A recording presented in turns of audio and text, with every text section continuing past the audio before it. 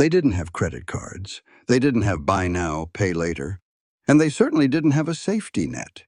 When the bottom fell out of the economy in 1929, our grandparents or great-grandparents didn't just survive on luck. They survived on habits. Brutal, efficient, money-saving habits that modern society has completely forgotten. Today, we are drowning in debt while trying to look rich. We buy things we don't need with money we don't have to impress people we don't like.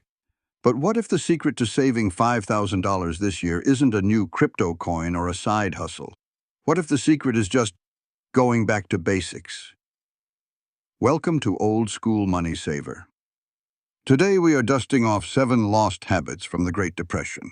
These aren't just cute stories, they are mathematical certainties. If you apply even half of these this year, you will keep thousands of dollars in your pocket. Let's get to work. Habit number 1 is the foundation of everything, the make-do mindset. There was a saying back then, use it up, wear it out, make it do or do without. Today we live in a disposable culture.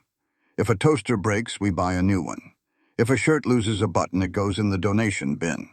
In the 1930s, nothing was trash until it was completely unrecognizable.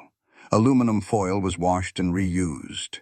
Clothing was mended 5, 6, 7 times. Furniture was re-glued. Here is the math. The average American household spends over $1,800 a year on apparel and services alone. Throw in electronics and small appliances, and you are easily looking at $3,000 a year in replacement costs. By adopting a policy of repair first, you stop the bleeding. Before you click buy on Amazon for a replacement, ask yourself, can this be fixed for $5? Can I live without it? Saving just one major appliance replacement and skipping 3 unnecessary clothing purchases saves you roughly $700 a year. It's not about being cheap. It's about respecting the value of the money you already earned.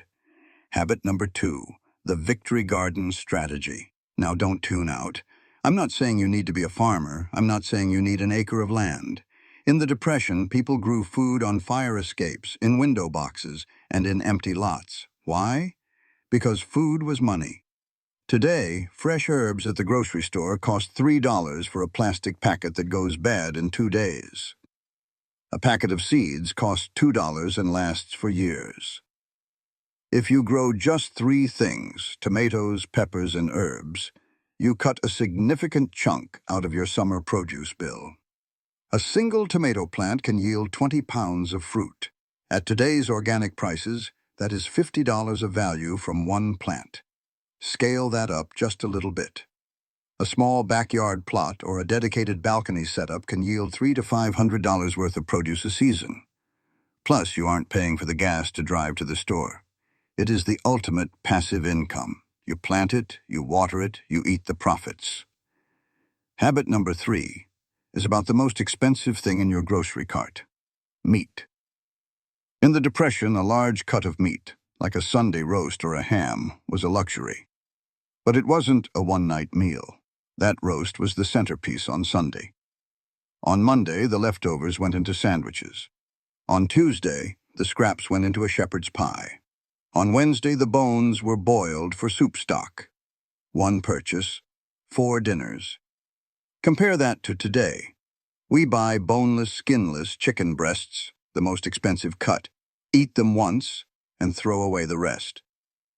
By shifting your mindset to view meat as a garnish or a flavoring rather than the main event, and by stretching one bird across 4 meals, you cut your meat budget in half. For the average family, that is a savings of nearly $1,000 a year. Learn to cook a whole chicken. It's cheaper, it tastes better, and it respects the animal more than a nugget ever could. Habit number 4 is psychological warfare against yourself. The cash envelope system.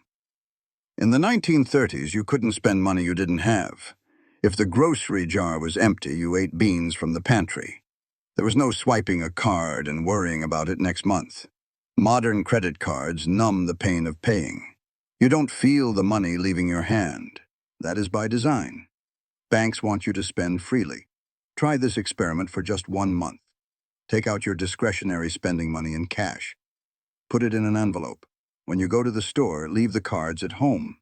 When you have to physically hand over a $20 bill for a coffee and a muffin, you feel it. You hesitate. You realize it's not worth it.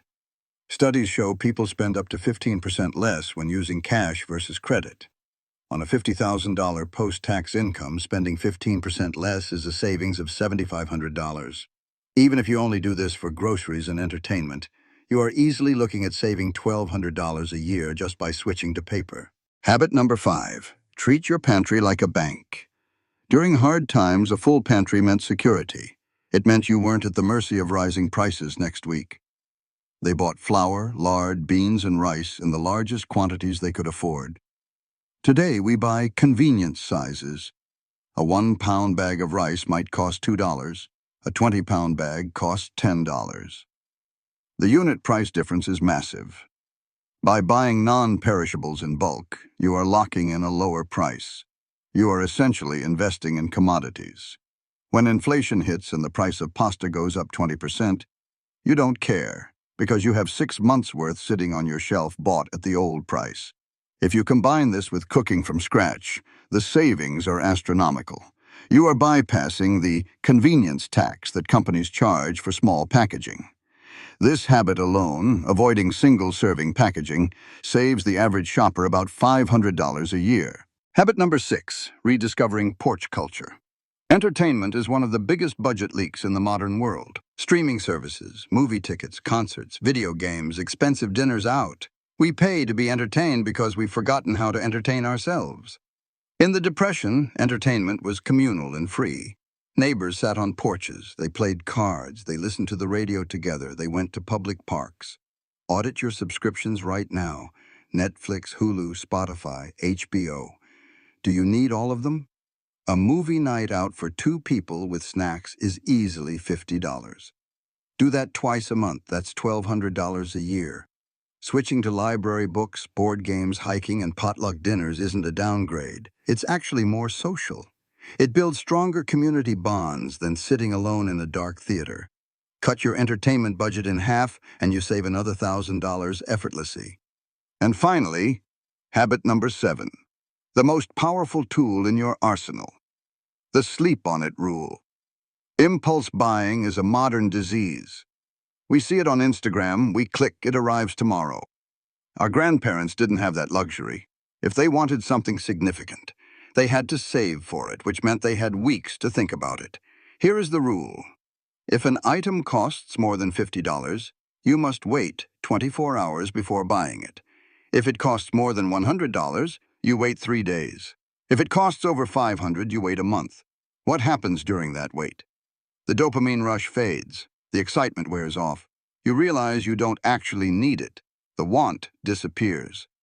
This cooling off period prevents buyer's remorse. It stops you from filling your garage with junk you use once. It is the ultimate filter for your money. Let's tally it up. Repairing instead of replacing. Growing a small garden. Stretching your meat. Using cash to feel the pain of spending. Buying staples in bulk. Choosing free entertainment. And the 24-hour waiting rule. Conservatively, these 7 habits don't just save pennies. They stack up to well over $5,000 a year for a single household. That is $5,000 of tax-free money. To have that much extra cash from a job, you'd have to earn nearly $7,000 before taxes. Saving is easier than earning. It's lower risk, and it's entirely under your control. The Great Depression was a tragedy, but it forged a generation of iron financial discipline. We don't have to live in fear like they did, but we would be fools to ignore their wisdom. If you found value in these old school tips, do me a favor, hit the subscribe button. We are building a community of people who are tired of the rat race and ready to build real wealth, the slow, steady way. Join us next time on Old School Money Saver. Until then, keep your powder dry and your ledger balanced.